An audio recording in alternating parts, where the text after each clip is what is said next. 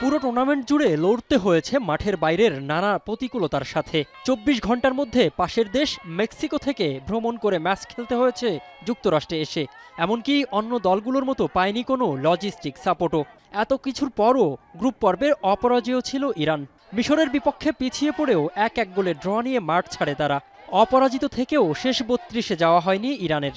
কিন্তু বিশ্বকাপে টিকে না থাকলেও ড্রেসিং রুম ছাড়ার আগে ফুটবলাররা যা করলেন তা আলোড়ন তুলেছে পুরো ফুটবল বিশ্বে। ড্রেসিং রুমের বোর্ডে তারা রেখে যান গভীর এক বার্তা। আমি ভরসা রাখি হিরন স্মার্ট ওয়াটার পিউরিফায়ারে।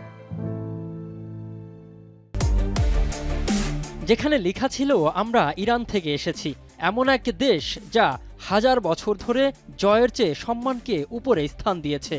আমাদের কাছে ফুটবল মানে শুধু ফলাফলের লড়াই নয়, এটি সক্ষমতার প্রমাণও।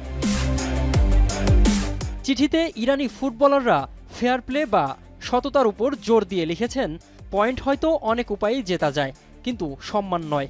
কোনো দল হয়তো গ্রুপ পর্ব পার হতে পারে, কিন্তু ইতিহাসের সামনে কেবল সততা আর সম্মান দিয়েই মাথা উঁচু করে দাঁড়ানো যায়।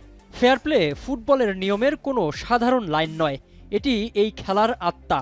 একই সাথে সিয়াটলের আতিথেয়তার জন্য ধন্যবাদ এবং সব ইরানি সমর্থকদের প্রতি কৃতজ্ঞতা প্রকাশ করে তারা লিখেন, ইরান সবসময় মাথা উঁচু করে থাকবে। চলতি বিশ্বকাপে এটি ইরানের প্রথম এমন কাজ নয়। এর আগে বেলজিয়ামের সাথে ড্রয়ের পর লস অ্যাঞ্জেলেসের ড্রেসিং রুমে তারা শান্তি ও বন্ধুত্বের বার্তা দিয়ে চিঠি রেখেছিলেন। নানা রাজনৈতিক টানাপোড়েন আর প্রতিবন্ধকতার মধ্যেও ইরানের ফুটবলাররা বুঝিয়ে দিলেন, ফুটবল কেবল গোল আর পয়েন্টের হিসাব নয়, এটি হৃদয় জয় করার মাধ্যম। মিনারুল ইসলাম, এখন।